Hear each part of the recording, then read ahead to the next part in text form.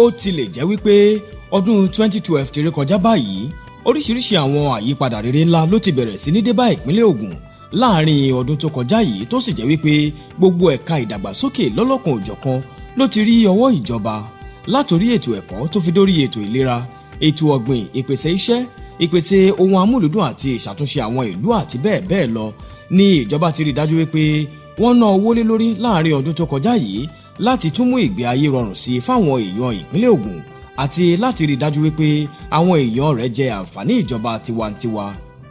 Eléyìí ló tún wá fi mú jẹ́ kí àfojúsùn àwọn ará ìpínlẹ̀ Ògùn fún ọdún tuntun 2013 yìí tó fi wá tún ga ju ti àtẹ̀yìnwá lọ, pẹ̀lú ìrètí wípé wọn ò túbọ̀ rí ọ̀pọ̀lọpọ̀ iṣẹ́ ìdàgbàsókè mìíràn ní ọdún yìí.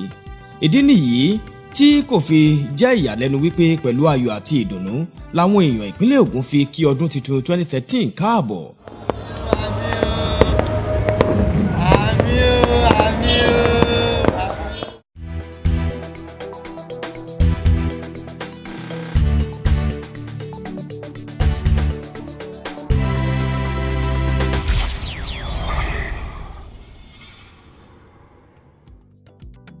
Pẹ̀lú oríṣiríṣi iṣẹ́ ìdàgbàsókè tó ti bẹ̀rẹ̀ báyìí nípínlẹ̀ Ògùn pẹ̀lú ayọ̀ àti ìdùnnú làwọn ará ìlú ìpínlẹ̀ Ògùn ṣe kí ọdún tuntun 2013 káàbọ̀ pẹ̀lú ìrètí ayọ̀ ní ọdún yìí. Ní ìgbáradì fún ìtẹ̀síwájú àwọn iṣẹ́ ìdàgbàsókè ní ìpínlẹ̀ yìí, ilé ìgbìmọ̀ aṣòfin ìpínlẹ̀ Ògùn gba ètò ìṣúná ọdún 2013 wọlé ní ọdún kọ̀la, ìyẹn ọjọ́ Monday ọjọ́ 21 oṣù kejìlá ọdún 2012, tí gómìnà Ipinle Amosun náà sì bu ọwọ́ lu ìwé ètò ìṣúná náà láti sọ di òfin ní ọjọ́ kan náà yìí. Ètò ìṣúná náà tí wọ́n pe àkọlé rẹ̀ ní ètò ìṣúná ìfẹsẹ̀rinlẹ̀ ìdàgbàsókè ní owó rẹ̀ fẹ́ wọ 212 bílíọ̀nù náírà, eléyìí tí gómìnà gbé lọ síwájú ilé ìgbìmọ̀ aṣòfin yìí ní ọjọ́ ìṣẹ́gun 20 oṣù kọkànlá ọdún 2012. Lẹ́yìn tí wọ́n ti gba ètò ìṣúná náà wọlé tán, àwọn aláṣẹ ilé ìgbìmọ̀ aṣòfin yìí wá gbé ètò ìṣúná náà padà wá fún gómìnà lọ́fíìsì rẹ̀ láti fi ọwọ́ sí i láti sọ di òfin. Àwọn ọmọ ìgbìmọ̀ aláṣẹ ìjọba yìí, àwọn ọmọ ilé ìgbìmọ̀ aṣòfin ìpínlẹ̀ yìí àti àwọn tọ́rọ̀ kàn mìíràn ló wà níkàlẹ̀ níbi ètò pàtàkì yìí. Nínú ọ̀rọ̀ rẹ̀ níbẹ̀, alága ilé ìgbìmọ̀ aṣòfin ìpínlẹ̀ Ògùn, aṣòfin Suraj Ṣọlá Adékùnbí dúpẹ́ lọ́wọ́ àwọn ọmọ ìgbìmọ̀ aláṣẹ ìjọba yìí fún ìfọwọ́sowọ́pọ̀ wọn, tó sì tún fi àtìlẹ́yìn àwọn ọmọ ilé ìgbìmọ̀ aṣòfin fún ìjọba yìí dá gómìnà lójú. Bákan náà ni ó tún gbàdúrà pé kí ọdún tuntun yìí kó yabo fún ìpínlẹ̀ Ògùn. Sincerely, on behalf of my humble self and all the entire members of the Ogun Assembly, I want to use this medium to reiterate our commitment to your sincere mission of rebuilding our great state. Gómìnà ìpínlẹ̀ Ògùn Sẹ́nẹ́tọ̀ Ipinle Amosun nínú ọ̀rọ̀ rẹ̀ náà dúpẹ́ lọ́wọ́ àwọn ọmọ ilé ìgbìmọ̀ aṣòfin yìí bí wọn ò ṣe fi ọ̀rọ̀ ètò ìṣúná náà falẹ̀ rárá, tó sì tún mẹ́nuba àpẹẹrẹ bí ó ṣe lọ ní ọdún 2012. All the entire members of the House speedily and strenuously too considered, of course, all the budget that was presented, and they passed it in record time after an exhaustive defense by the executive arm of the government. Again this year, you have demonstrated the fact that the executive and the legislative arm must work hand in hand for the benefit of our people. Lẹ́yìn èyí ni gómìnà wa bu ọwọ́ lu ìwé ètò ìṣúná ọdún 2013, eléyìí tó ti wá mú di òfin báyìí.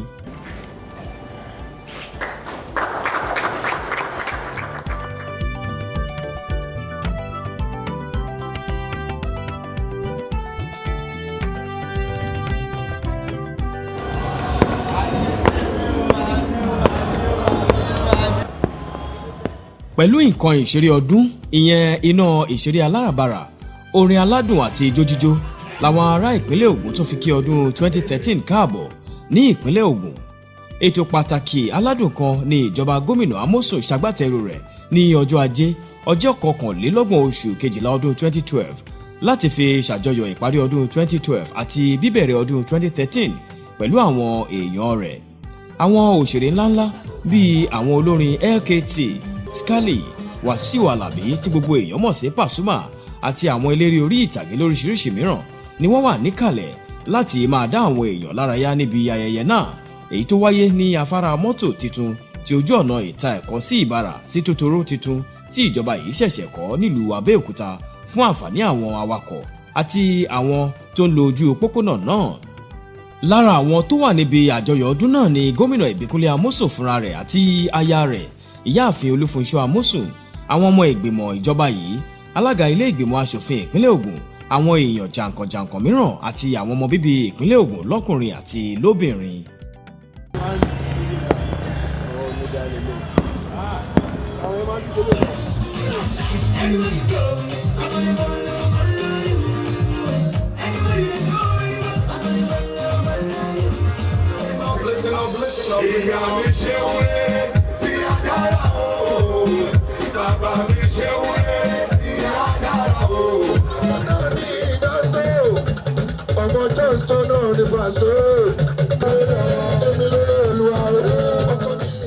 Èmi ló gbé ọdún kan kéréké tí mo fohùn múlẹ̀ fún gómìnà Ìbíkúnlé pé kíni ńjọ́ náà lọ́hùn. Mo ní ìlú Ògùn, ìpínlẹ̀ Ògùn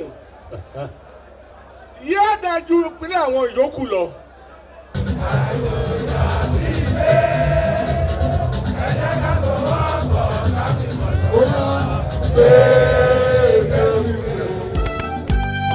Gómìnà tó kí àwọn ọmọ ìpínlẹ̀ yìí káàbọ̀ sí inú ọdún tuntun yìí. Mo kí gbogbo wa o, a kú ọdún, a kú ìyèdún, a kú ọdún tuntun tó bá wa yìí o. Mo kí gbogbo wa fún ìfọwọ́sowọ́pọ̀ tí ẹ̀ ń ṣe fún gbogbo ìjọba. Olúwa dúró ti ẹ̀yin náà o. Bákan náà ni aya gómìnà ìyáàfin Olúfunṣọ́ Amosun náà tún ṣe bẹ́ẹ̀.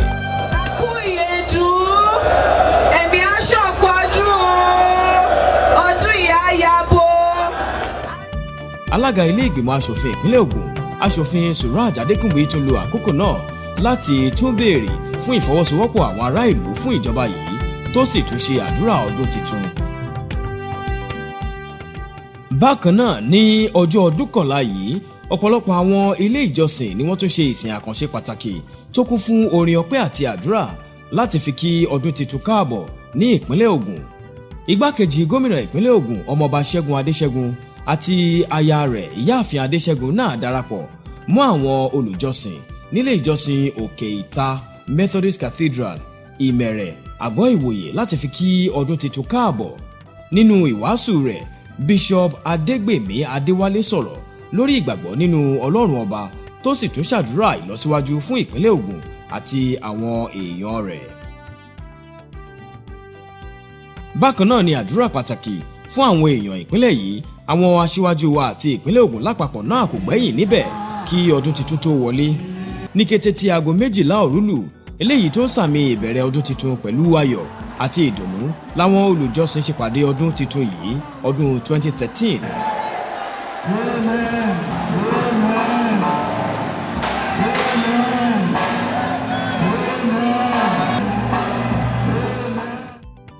Oníwàásù àgbà náà tún sọ̀rọ̀ lórí pàtàkì ètò ìsìn ọdún yìí.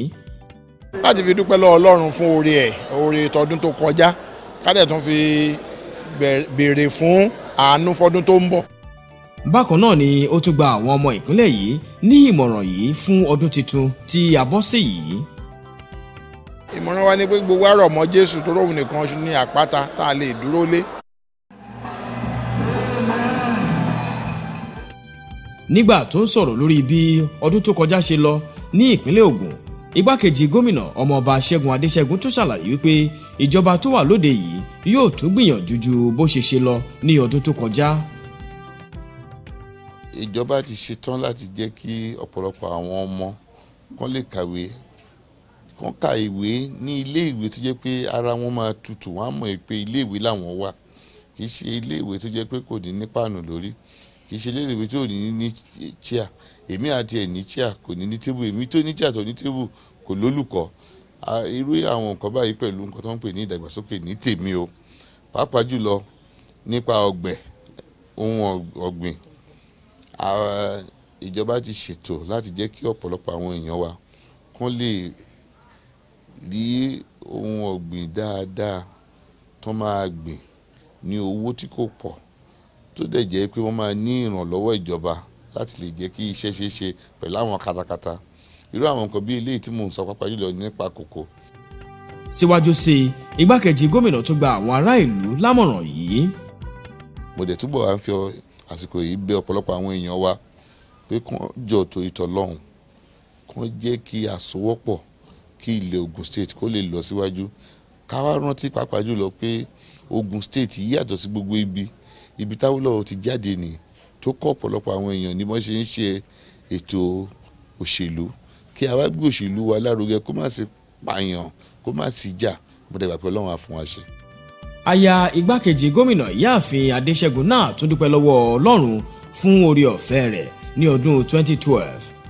Inú mi dùn gidi gan ni o, nítorí pé Ọlọ́run fún wa ní àǹfààní láti bọ́ sí ọdún tuntun.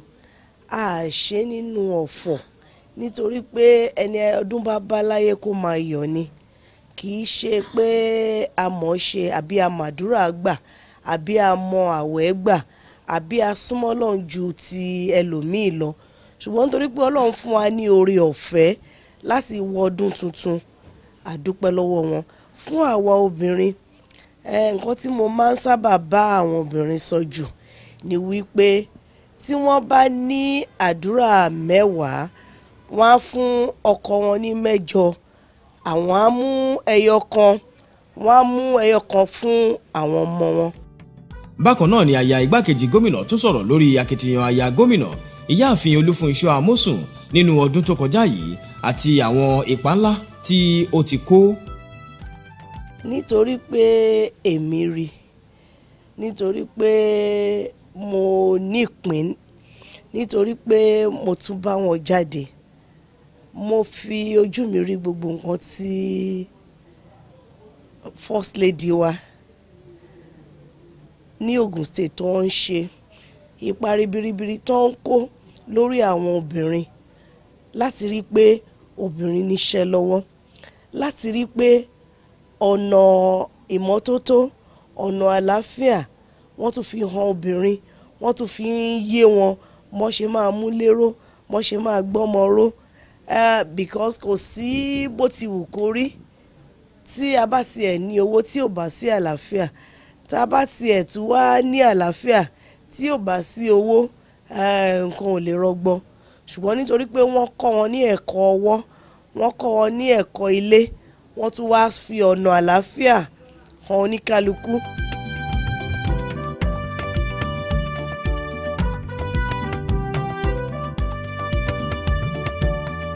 Gẹ́gẹ́ bí ìṣe rẹ̀ lọ́dọọdún báyìí, aya gómìnà Ìyáàfin Olúfúnṣọ́ Amósùn tún lọ ṣàbẹ̀wò sáwọn ilé ìwòsàn ìjọba ńlá 3 láwọn ẹkùn ìdìbò mẹ́tẹ̀ẹ̀ta tó wà nípìnlẹ̀ Ògùn láti lọ kí àwọn ọmọ tuntun tí wọ́n kọ́kọ́ bí ní ọdún 2013 níbẹ̀, tó sì tún fi ẹ̀bùn ọdún ta wọ́n lọ́rẹ. Ní ilé ìwòsàn ìjọba tó wà ní Ìjàyè lábẹ́òkúta, Ìyáàfin Olúfúnṣọ́ Amósùn kí ìyá ọmọ tuntun jòjòló tí wọ́n bí níbẹ̀ ní dédé aago 12 kọjá ìṣẹ́jú kan kú ewu ọmọ, tó sì gbé ẹ̀bùn ọdún fún un. God bless you. Congratulations. Ayabara Titun, you were telling us you came to the world at 12:01 a.m. Right. January 2013. Bákan náà ni aya gómìnà tún lọ yíká wọ́ọ̀dù àwọn ọlọ́mọ náà láti tún kí àwọn ìyálọ́mọ tuntun mìíràn tó wà níbẹ̀ kú oríire ayọ̀ ọmọ, tí ó sì tún gbé ẹ̀bùn fáwọn náà.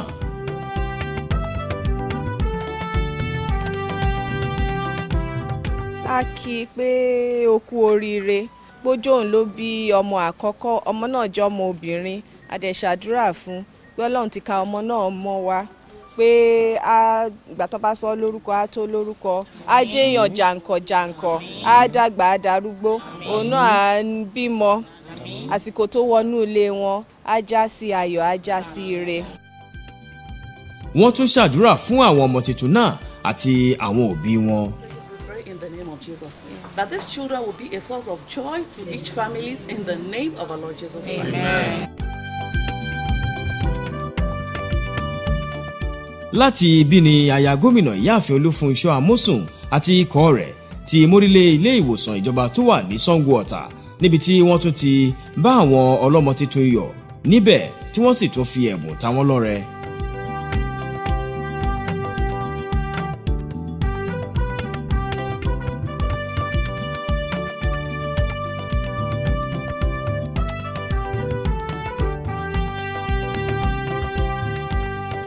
ilé ìwòsàn ìjọba Ọlábísí Ọ̀nàbànjọ State Teaching Hospital ní Ṣàgámù ni aya gómìnà àti ikọ̀ rẹ̀ forí àbẹ̀wò wọn tì sí. Bákan náà níbẹ̀ aya gómìnà tún kí àwọn ìyálọ́mọ níbẹ̀ kú oríire tó sì fi ẹ̀bùn ta wọ́n lọ́rẹ.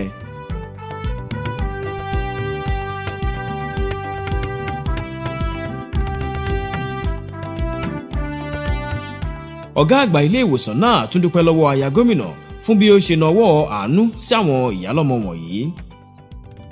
Pray that the government will have all the wherewithal to be able to carry out all its plans to the glory of God and the people of Ogun State. Amen. As for us, as management and staff, we pledge our loyalty and our steadfastness to do our job in the best interest of the people of Ogun State and Nigeria in general.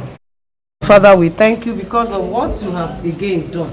And we pray concerning our mothers who have taken it upon ourselves to go around and felicitate with them. Lord, we ask that you keep our own children too in the name of Jesus. Amen.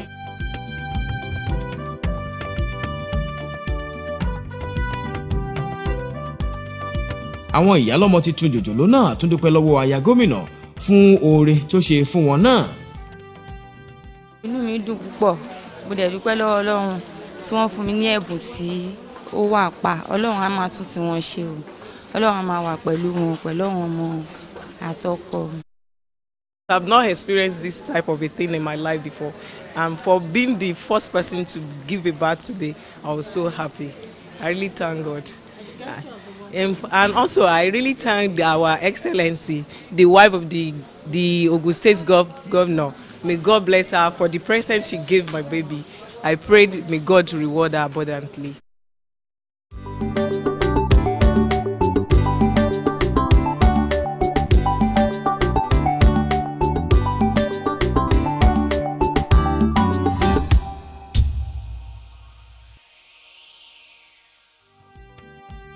pẹ̀lú ọpẹ́ fún Ọlọ́run ọba làwọn ará ìpínlẹ̀ Ògùn fi kí ọdún tuntun 2013 káàbọ̀.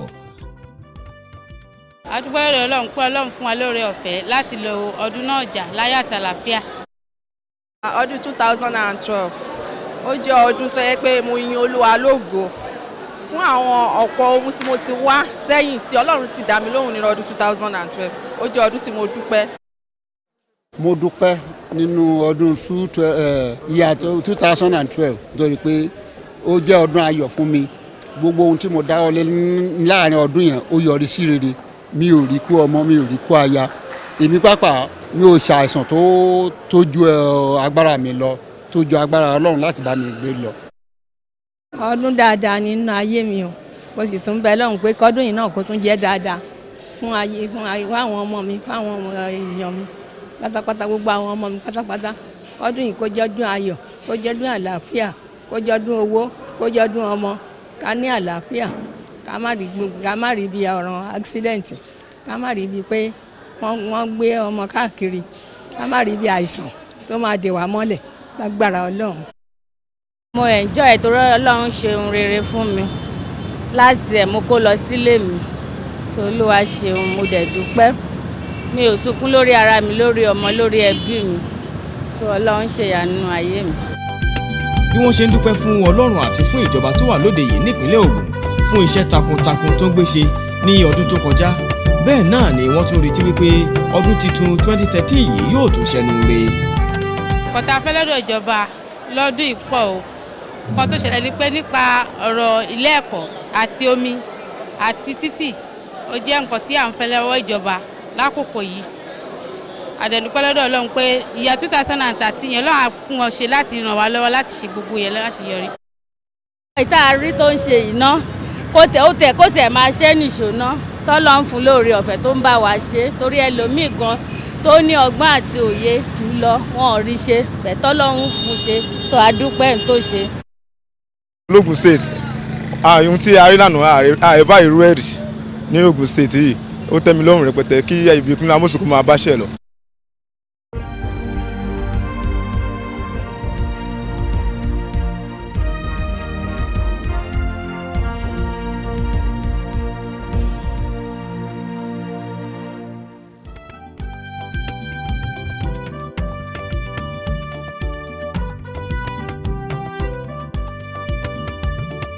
ní ọjọ́ ọdún ọjọ́ ìṣẹ́gun ọjọ́ kìíní oṣù kìíní ọdún 2013 gómìnà Ìbíkúnlé Amósùn báwọn ará ìpínlẹ̀ Ògùn sọ̀rọ̀ ọdún pàtàkì láti fi sàmì ọdún tuntun. Nínú ọ̀rọ̀ rẹ̀ gómìnà kí àwọn ará ìlú kú oríire ojú tó rọ́dún tó sì gbà wọ́n nímọ̀ràn láti tún ní ìgbàgbọ́ nínú Ọlọ́run. Gómìnà tún mẹ́nubà pàtàkì ìṣọ̀kan àti àwọn ohun mèremère tíjọba yìí ti gbé ṣe. Dear good people of Ogun State, on behalf of your government, I thank the Almighty God for helping us survive year 2012. I wish you a very happy, prosperous, and fulfilling 2013. It is my sincere prayer that this new year will bring improved condition of living for each and every one of us and usher in more development into our dear state. Gómìnà Ìbíkúnlé Amósùn tún lo àkókò náà láti tún fi dúpẹ́ lọ́wọ́ àwọn èèyàn ìpínlẹ̀ Ògùn fún àdúrótì wọn pẹ̀lú ìlérí wípé ìjọba rẹ̀ kò ní káàárẹ̀ láti tún tẹ̀síwájú lórí akitiyan rẹ̀ láti ṣe ìràpadà ògo ìpínlẹ̀ Ògùn. Dear good people of Ogun State, today marks 1 year, 7 months, and 4 days that we jointly started our mission to rebuild Ogun State. You will agree with me that we have remained unwavering in our commitment and sincere in all our efforts in the pursuit of this mission. We have recorded continuous successes in executing our 5 cardinal programs. Our schools have become better, and we have more of our children in school now than ever before. Services and infrastructure in our hospitals have been greatly improved. A lot of our youth are now gainfully employed, either directly in the public service or empowered to create their own small and medium-scale enterprises. Fún ìbéèrè tàbí àlàyé, ẹ kọ̀wé sí orí nọ́mbà ẹ̀rọ ìbánisọ̀rọ̀ tí ó wà lójú ìwòran yín yìí tàbí sí orí ímeèlì wa tí ẹ̀ ń wò yìí. Ọmọ Ògùn, Ìṣẹ̀yà.